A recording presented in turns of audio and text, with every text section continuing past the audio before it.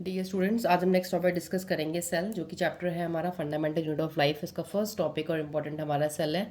Last video में हमने scientist, important top most famous scientist की बात की थी और from this chapter, and this chapter is equally important for class 9th as well as class 11 because both the classes have this same chapter in their classes. तो सबसे पहले discuss करेंगे cell क्या है।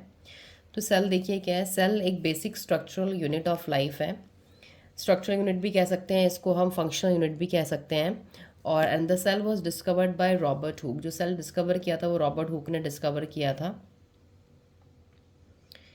And they work together to form tissues. तो cell क्या होते हैं, सेल एक साथ काम करते हैं तो वो टिश्यूज बनाते हैं, या हम कह सकते हैं group of cells is also known as tissues.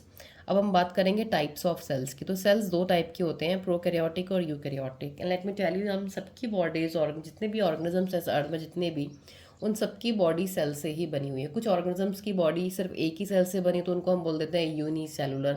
कुछ ऑर्गेनिजम्स की बॉडी जो होती है दो सेल्स की बनी, तो मोर देन टू सेल्स की बनी होती है, हम बोल देते हैं मल्टी सेलुलर ऑर्गेनिजम्स। तो लाइकवाइज जो टाइप्स ऑफ सेल्स होते हैं यूजुअली हमारे दो टाइप्स में क्लासीफाई किया गया है, prokaryotic and eukaryotic. Prokaryotic cells देखिए क्या होते हैं। प्रोकैरियोटिक को प्रो और कैरियोटिक दो वर्ड्स में अगर स्प्लिट करें तो प्रो मतलब होता है primitive. They have primitive type of cells and they have, eu मतलब न्यू और well, they have more advance cell. Karyotic मतलब होता है न्यूक्लियस। तो इनके पास प्रिमिटिव टाइप ऑफ सेल्स हैं, इनके पास more advance type of cells हैं। और यूकैरियोटिक सेल्स हमारे जो है वो दो टाइप में डिवाइडेड है, plants and animal cells. Let me tell you, हमारी बॉडी के सेल्स और प्लांट की बॉडी के सेल्स ये दोनों belong to the same category, eukaryotic. तो I mean we all are eukaryotes. हम और प्लांट सब क्या हैं, यूकैरियोट्स हैं। नेक्स्ट पॉइंट है lack a well defined nucleus. इनके पास वेल डिफाइंड न्यूक्लियस नहीं होता, प्रॉपर एलेबोरेटेड न्यूक्लियस नहीं होता। यूकैरियोट्स के पास वेल डिफाइंड न्यूक्लियस है। अब डायग्राम में देखिए, यहाँ पे मैंने न्यूक्लियस नहीं बनाया तो मतलब ये प्रोकैरियोटिक सेल है। या मैंने प्रॉपरली न्यूक्लियस बना दिया तो it means it is a eukaryotic cell, इसके पास न्यूक्लियस है। No membrane bound organelles. इनके पास मेम्ब्रेन बाउंड ऑर्गेनलीज नहीं है, जैसे कि mitochondria, Golgi apparatus, endoplasmic reticulum. इनके अंदर इस टाइप के सारे ऑर्गेनलीज एब्सेंट होते हैं। इनके पास सारे ऑर्गेनलीज प्रेजेंट होते हैं, वेल डेवलप्ड होते हैं क्योंकि ये cells. Next is nucleoid present that contain DNA. इनके पास न्यूक्लियस तो है नहीं, बट इनके पास न्यूक्लियोइड एक ऐसा रीजन होता है जहाँ पे डीएनए प्रेजेंट होता है, वो इनके पास होता है। बट यूकैरियोट्स के पास न्यूक्लियर मेम्ब्रेन इंक्लोजेस डीएनए। इनका जो डीएनए होता है, अगर आपको यहाँ बनाऊँ तो इनका जो डीएनए होता है एक मेम्ब्रेन में इंक्लोज होता है, ये न्यूक्लियर मेम्ब्रेन होता है, ये पूरा न्यूक्लियस होता है। यूनिसेलुलर स्ट्रक्चर, ज़्यादातर प्रोकैरियोट से हमारे यूनिसेलुलर सेल्स ही आते हैं, बट यूकैरियोट से हमारे ज़्यादातर मल्टी सेलुलर ऑर्गेनिजम्स पाए जाते हैं। अगर हम डीएनए की बात करें तो प्रोकैरियोट्स का डीएनए ज़्यादातर सर्कुलर होता है, जैसे मैंने ये डायग्राम बनाया तो इनके पास सर्कुलर डीएनए होता है। बट यूकैरियोट्स के पास जो डीएनए का जो साइज़ होता है या शेप होती है वो होता है लीनियर। तो they have a linear DNA, इस तरीके से लंबा डीएनए होता है इनका। प्रोकैरियोट्स में सेल वॉल प्रेजेंट होती है, यूकैरियोट्स में भी सेल वॉल प्रेजेंट अगर होती है तो वो सेल्यूलोज की होती है, क्योंकि प्लांट सेल्स यूकैरियोट्स के अंदर आते हैं और प्लांट सेल्स की बॉडी में सेल वॉल होती है, वो भी सेल्यूलोज केमिकल की, शुगर की बनी होती है।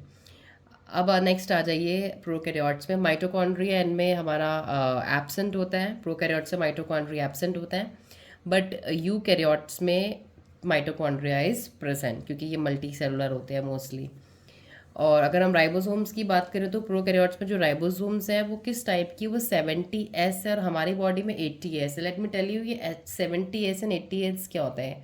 ये राइबोसोम्स की कैटेगरी है एक्चुअली। जो एस होता है ये स्वेडबर्ग कोफिशिएंट होता है, this is the sedimentation coefficient to determine की जो राइबोसोम है वो किस तरीके की, वो 70S है या 80S। में 70S पाई जाती है एंड हमारे बॉडी में 80S होती है।